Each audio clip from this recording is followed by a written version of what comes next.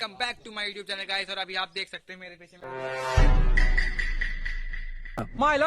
ये तो सब गुंडा लोग हैं, भाग रहे हैं। मुझे सपोर्ट करने की बातें करते हैं, साले भाग रहे हैं। गाली दे रहे हो भाई, तो साला बहुत नीच आदमी रहे।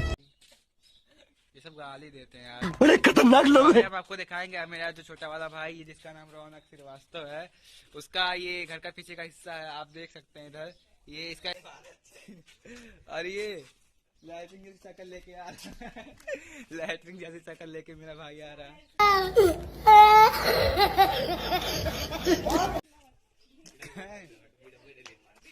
अबे ये क्या भाई, तुम लोग रोने लगते हो यार। तो क्या हुआ भाई, ये सब तो वायरल होता है।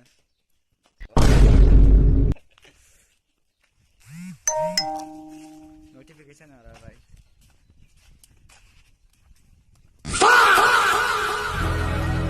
चप्पल मार के नहीं कर रहा।